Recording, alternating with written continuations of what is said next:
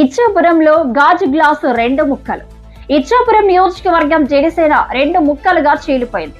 నియోజకవర్గ ఇన్ఛార్జిగా ఉన్న దాసరి రాజు ఒక వర్గానికి ప్రాతినిధ్యం వహిస్తుండగా, జనసేన జిల్లా కార్యదర్శి, కళింగ కార్పొరేషన్ రాష్ట్ర డైరెక్టర్ లోళ్ల రాజేష్ మరో వర్గానికి నాయకత్వం వహిస్తున్నారు.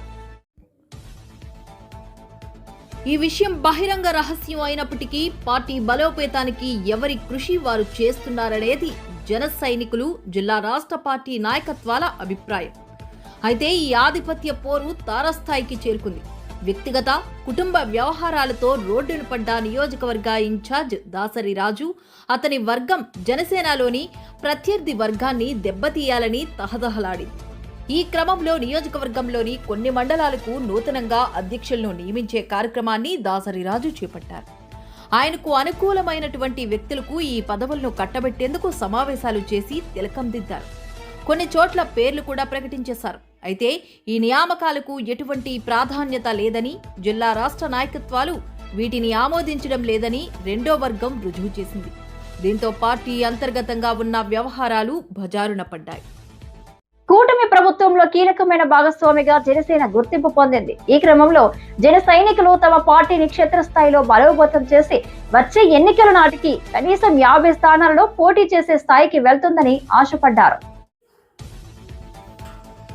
ఇందులో ఎటువంటి తప్పు లేదు. కానీ జన సైనికులకు తగిన గుర్తింపు, ప్రాధాన్యత నియోజకవర్గాల్లో లభించడం లేదనేది సుస్పష్టం. 2 రోజుల క్రితం శ్రీకాకుళం జిల్లా పర్యటనకు వచ్చిన నాగబాబు కూడా ఇదే విషయాన్ని స్పష్టం చేశారు.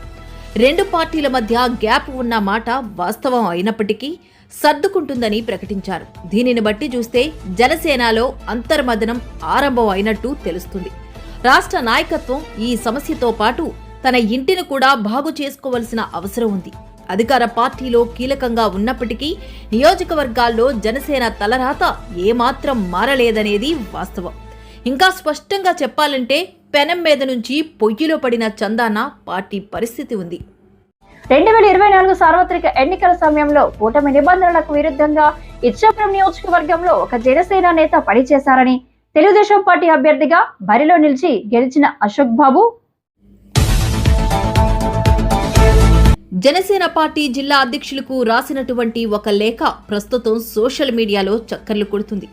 కూటమిగా ఏర్పడిన రాజకీయ పార్టీల అంతర్గత ఉత్తర ప్రత్యుత్తరాలు ఇలా మీడియాకు వరకు చేరడం ఆ వర్గాల ఆధిపత్య పోరుకు నిదర్శనం. ఈ 2 వర్గాల ఆధిపత్య పోరు ఎలా ఉన్నప్పటికీ పార్టీ పరువు మాత్రం బజారున పడుతుంది. ఒక వర్గం మరో వర్గాన్ని డామినేట్ చేసే ప్రక్రియలో భాగంగా ఎంతకైనా దిగజారి ఇటువంటి కార్యక్రమాలు చేస్తున్నారని జన సైనికులు ఆవేదన వ్యక్తం చేస్తున్నారు. పార్టీ పెద్దలు నియోజకవర్గాల్లో జనసేన బలపడేందుకు ఎటువంటి చర్యలు తీసుకోవడం లేదు. జన సైనికులు మాత్రం తమ అభిమాన నాయకుడు ఏర్పాటు చేసిన పార్టీ పట్ల విపరీతమైన అభిమానంతో ఉన్నారు.